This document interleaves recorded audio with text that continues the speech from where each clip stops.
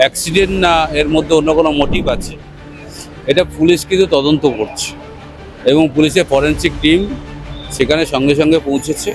Maximum যারা সন্দেশখালী আন্দোলনের মুখ ছিল, রেখা পাত্রর সঙ্গী ছিলেন, তারা কিন্তু সব তৃণমূল কংগ্রেসে যোগদান করেছে। তারা পরবর্তী সময় বলেছে আমাদেরকে ভুল বুঝিয়ে লোভ দেখিয়ে আন্দোলনে নামিয়েছিল, কিন্তু আমরা এই আন্দোলন চাইনি।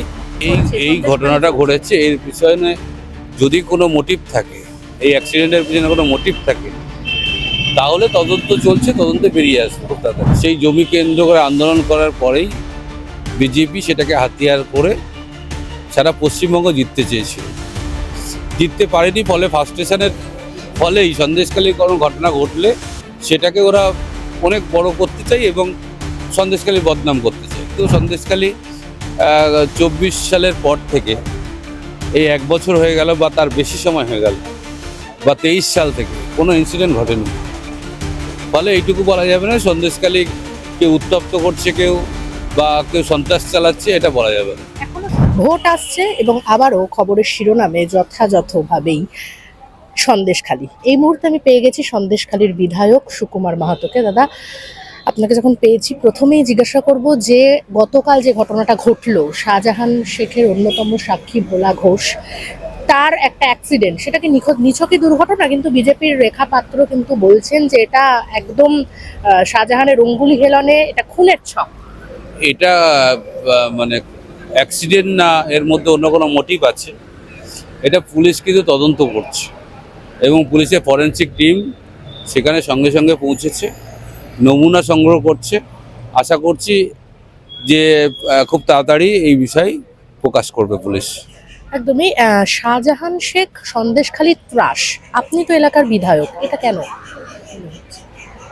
না, এখন তো ওইভাবে বলা যাবে না। সন্দেশখালী ত্রাস শাহজাহান, সে তো এখন অটোমেটিক জেলে। হ্যাঁ, কিন্তু ওখানকার আপনার এলাকার মানুষজনই বলছেন যে হচ্ছে শাহজাহান শেখ এখনো ওনার অঙ্গুলি হেলান, উনি জেলে বসে অঙ্গুলি হেলাচ্ছেন এবং সেখানে এই ঘটনাটা ঘটেছে, এর পিছনে যদি কোনো মোটিভ থাকে, এই অ্যাক্সিডেন্টের পিছনে কোনো মোটিভ থাকে, তাহলে তদন্ত চলছে, তদন্তে বেরিয়ে আসবে খুব তাড়াতাড়ি। কিন্তু আপনি দাদা এলাকার বিধায়ক, তাহলে ওখানকার মানুষজন এরকম কেন বলছে? শাহজাহানের ভয়ে ওরা এখনো ভীত, যে মানুষটা জেলে রয়েছে। এতদিন যে ঘটনা ঘটেছে, গত লোকসভা নির্বাচনের পরে টোটাল কোনো ইনসিডেন্ট সন্দেশখালী ঘটেনি। ফলে যারা আগে যারা ফার্স্ট স্থানে ছিল বা আগে ভয় পেত, সেই ভাবনা নিয়ে হয়তো বলছে। পুলিশ টোটাল তদন্ত করছে, তদন্ত করলে বেরিয়ে আসবে কি ঘটনা ঘটেছে। ভোটের আগে বারবার কেন সন্দেশখালীর নাম উঠে আসে?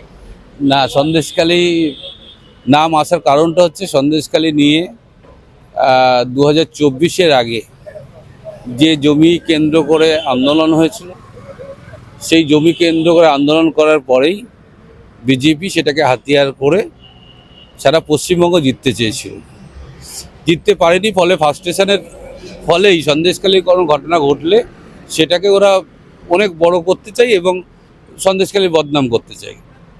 তো সেই জন্যই সন্দেশখালী বারবার চলে আসে। এরকম ঘটনা যে ঘটেছে তার জন্য পুলিশ তদন্ত করছে।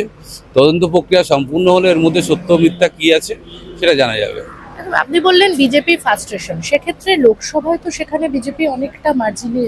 দেখুন, সন্দেশখালী ওই সময়ে যে পরিস্থিতি তৈরি হয়েছিল, সেখানে বিজেপি হয়তো কিছু সামান্য ভোটে লিড করেছে, কারণ সেই সময় বিজেপি মিথ্যে অপপ্রচার করেছিল, মানুষ এখানে পৌঁছেছিল। কিন্তু লোকসভা ভোটের পরে যারা আন্দোলনকারী ছিল তারা কিন্তু সবাই চলে এসছে। ম্যাক্সিমাম যারা সন্দেশখালী আন্দোলনের মুখ ছিল, রেখা পাত্রর সঙ্গী ছিলেন, তারা কিন্তু সব তৃণমূল কংগ্রেসে যোগদান করেছে। তারা পরবর্তী সময় বলেছে আমাদেরকে ভুল বুঝিয়ে লোভ দেখিয়ে আন্দোলনে নামিয়েছিল, কিন্তু আমরা এই আন্দোলন চাইনি যে একটা রাজনৈতিক দল সেই আন্দোলন দখল নেবে। এখন অবস্থা কি? কারণ আর 2 মাস পরেই ভোট ঘোষণা হয়ে যাবে। এই মুহূর্তে সন্দেশখালী তৃণমূল অনেক ভোটে লিড করবে। 40,000 ভোটে 21 সালের লিড ছিল, 40-এর লিডেই থাকবে। কিন্তু শাহজাহান ট্রাস্ট তো এখনো রয়ে গেছে মানুষের মনে, তারপরও কি আপনার মনে হয় যে এখনো লিড থাকবে? এটা ভাবনা। ইতিমধ্যে কিন্তু সন্দেশখালী 24 সালের পর থেকে এই 1 বছর হয়ে গেল বা তার বেশি সময় হয়ে গেল, বা 23 সাল থেকে কোনো ইনসিডেন্ট ঘটেনি। ফলে এইটুকু বলা যাবে না সন্দেশখালী কেউ উত্তপ্ত করছে কেউ বা কেউ সন্ত্রাস চালাচ্ছে, এটা বলা যাবে না। এখনো শুভেন্দু অধিকারী দাবি করছেন যে তৃণমূলের নেতারা জেলে বসেই ফোন ইউজ করছেন এবং সেই ফোন ইউজ করেই শাহজাহান শেখ। এটা তো আমরা বলতে পারবো না, জেল কর্তৃপক্ষ বলতে পারবে, হাইকোর্টের অবজারভেশন বলতে পারবে, এবং অবশ্যই এই টোটাল প্রক্রিয়া তদন্তভার সিবিআইয়ের হাতে, তারা বলতে পারবে। আরো ভালো ভালো খবর দেখতে সাবস্ক্রাইব করুন বাংলা হান্টের ইউটিউব চ্যানেল। বাংলা হান্টের আরো খবর দেখতে নজর রাখুন। বাংলা খবর মানেই বাংলা হান্ট।